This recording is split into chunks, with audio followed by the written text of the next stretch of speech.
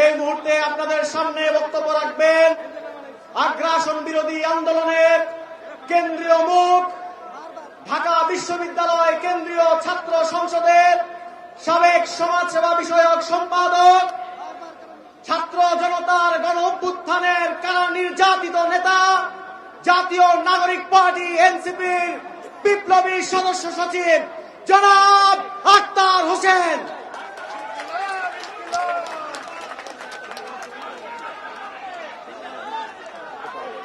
সম্মানিত ভাই ও বোনেরা, যে আওয়ামী লীগ বাংলাদেশের জনগণের বিরুদ্ধে সন্ত্রাস করেছে, বাংলাদেশে মানবতা বিরোধী অপরাধ করেছে,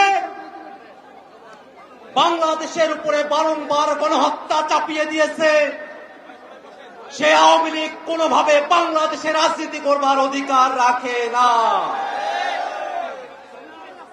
আমরা অন্তর্বর্তীকালীন সরকারকে বলতে চাই, অতীতের মতো সুশীল তত্ত্বাবধায়ক সরকার আপনারা না, আপনারা গণ অভ্যুত্থানের সরকার। গণ অভ্যুত্থানের ম্যান্ডেট নিয়ে যারা উপদেষ্টা হয়েছেন তাদের কাছে প্রশ্ন, যে আওয়ামী লীগ বাংলাদেশে গণহত্যা করেছে সে আওয়ামী লীগের বিরুদ্ধে আইনগত ব্যবস্থা নিতে বাধা কোথায়? আজকে সাধারণ জনগণের উপরে চাপিয়ে দেওয়া হয়। আমরা স্পষ্ট করে বলতে চাই, ওই 5ই আগস্ট বাংলাদেশের জনগণ সিদ্ধান্ত নিয়েছে আওয়ামী লীগ নামে, নৌকা মার্কার নামে, মুজিববাদী আদর্শের নামে বাংলাদেশে কোনো রাজনীতি চলতে পারে না। বন্ধুগণ আমার, এখনো পর্যন্ত আওয়ামী লীগের নিবন্ধন আছে। আমরা হুঁশিয়ারি দিয়ে বলতে চাই যে আওয়ামী লীগ বাংলাদেশে সন্ত্রাস করেছে, আওয়ামী লীগের নাম নির্বাচনের নিবন্ধনের খাতা থেকে কেটে সন্ত্রাসীদের খাতায় উল্লেখ করতে হবে। বন্ধুগণ আমার, বাংলাদেশে যতদিন পর্যন্ত জুলাই প্রজন্ম বেঁচে আছে ততদিন পর্যন্ত বাংলাদেশে আওয়ামী লীগকে আমরা 1 সেকেন্ডের জন্য প্রাসঙ্গিক হতে দেব না।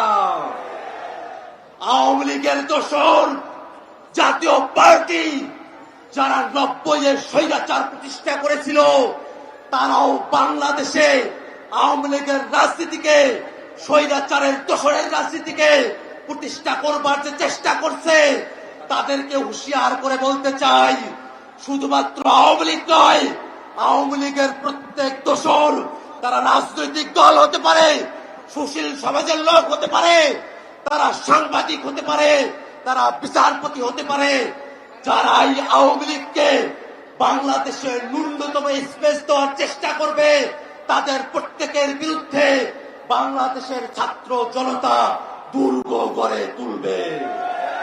বন্ধুগণ আমার, জাতীয় নাগরিক পার্টি শুরুর সময় থেকে আওয়ামী লীগের বিরুদ্ধে তাদের দীপ্ত কণ্ঠস্বর জুড়ে গেছে।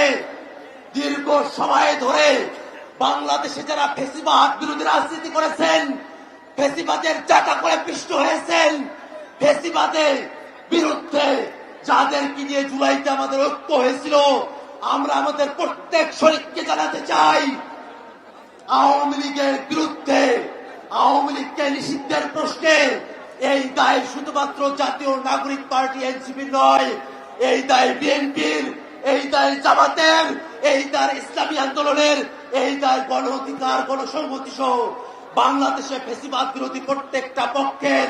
আমরা প্রত্যেক রাজনৈতিক দলের কাছে আহ্বান রাখবো, আওয়ামী লীগের বিরুদ্ধে সকলে মিলে রাজনৈতিক সিদ্ধান্ত গ্রহণ করতে হবে।